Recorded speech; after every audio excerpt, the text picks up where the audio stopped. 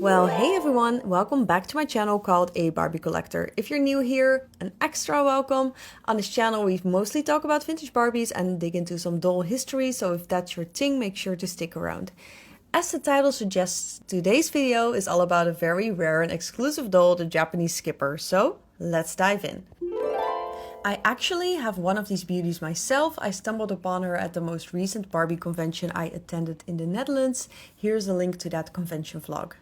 Just like her Western counterpart, the Japanese Skipper was released in 1964. She hit the shelves of Japanese toy stores the same year as a regular Skipper was released in the US and Europe. She was available in 3 hair colors as a blonde, brunette and redhead, also called a Titian. The Titian version is by far the rarest and hardest to find today. The stock number of this doll is S950. Notice the little S, which distinguishes her from the standard Skipper, whose stock number is just 950. Since Barbie's production originally started in Japan in the late 1950s, Mattel had strong ties to the Japanese manufacturers. While the main focus was creating dolls for the American and later European market, Mattel also had its eyes on becoming a serious player in Japan's own toy industry. To do that, they began developing dolls that better matched Japanese beauty standards and local aesthetic preferences. For this, they collaborated with Japanese toy specialists and fashion designers. And that's how the Japanese Skipper came to life. She has the same head mold as the Western Skipper, but her face paint is completely different. The Japanese Skipper has a more softer, dreamy look. Her eyes are black instead of blue. A huge difference, it's giving her a more gentle and slightly more mysterious expression. Her face paint is more subdued with finer detailing and a mellow vibe. The body, however, is the same as that of the regular Skipper. She also came in the same red and white swimsuit and red flats as her American twin, a headband that you had to take off the moment you got her, otherwise it would leave this green residue on your doll, the same kind of residue that the earrings of Barbie leave on the dolls. And besides the headband and the booklet, she also came with a hair comb and a brush. Production for these Japanese Skippers ran from approximately 1964 to around 1968, and since these dolls were only sold in Japan, they were produced in limited numbers. That makes her rare, not just in the US and Europe, but even in Japan itself. There are a few notable variations among Japanese Skippers. Some came with a pink toned body, others with a tanned complexion.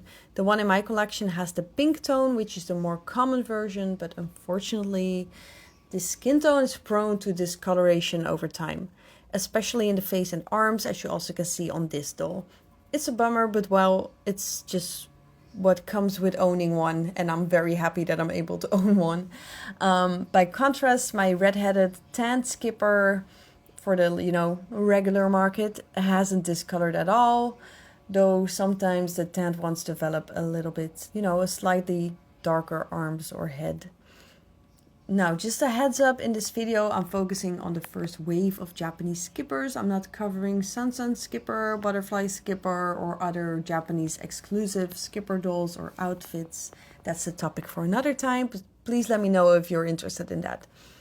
Let's look at some of the unique features that set the Japanese Skipper apart from her Western counterpart. So the Japanese exclusive Skipper has black painted on eyebrows that are slightly thinner and sharper at the ends than the ones of the regular Skipper, if you ask me. Her eyeshadow is a soft blue. It's quite similar to the eyeshadow color of the early ponytail Barbies.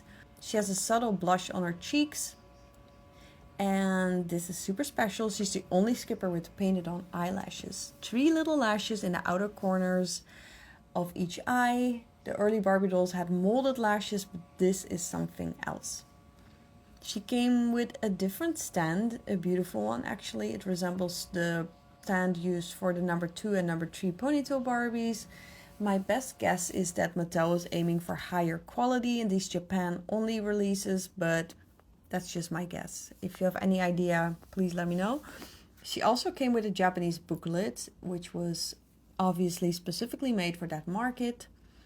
Unfortunately, I don't have the original box of this Skipper, but I can tell you that it looks very similar to the Western box. with one key difference. The Japanese version had a small stamp on it, while the Western boxes don't have that. Skipper was sold for around 700 yen, which was roughly equivalent to around $2, $2.50. Back then, that's what she was sold for in the United States. So that was equivalent to each other. But however, the Japanese economy was different at that time. So 700 yen had more buying power. It could get you a nice dinner or a movie ticket. So Skipper was definitely a luxury toy in Japan, more than Skipper or Barbie in general was in the United States. There were also dress doll Skippers sold in Japan, which means that the Skipper comes not in the regular bathing suit that you can see over here, but that when you bought her, she already was wearing a very nice Skipper outfit, and they were more expensive, obviously. So they are already pretty rare for the regular Skippers for the Western markets, let alone the Japanese market. I also found a Japanese Skipper advertisement which says something like her long hair flows all the way down to her obi. It also mentions that she's available at major department stores and toy shops. Prices start at 700 yen and dress-up sets go for 350 or start at 350. Here's another ad, and Skipper is described here as Barbie's cute little sister. How adorable. So there you have it, a peek into the world of the Japanese Skipper. She's rare, she's beautiful, and totally unique. And let me know in the comments if you've ever seen one in the wild, if this is a doll you would love to have, or if you're maybe already lucky enough to own one. Anyway, it has been a while since I've posted, and I'm sorry guys, I switched jobs. I had a crazy time, but you know, I just love making these videos.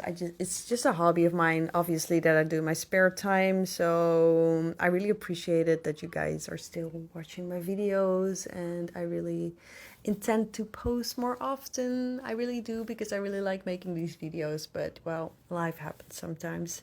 So thanks for watching, and if you love vintage Barbie history as much as I do, stick around, and don't forget to like, subscribe, and share, and check out my Instagram, also called A Barbie Collector. I see you the next time again on this channel, so see you, bye bye.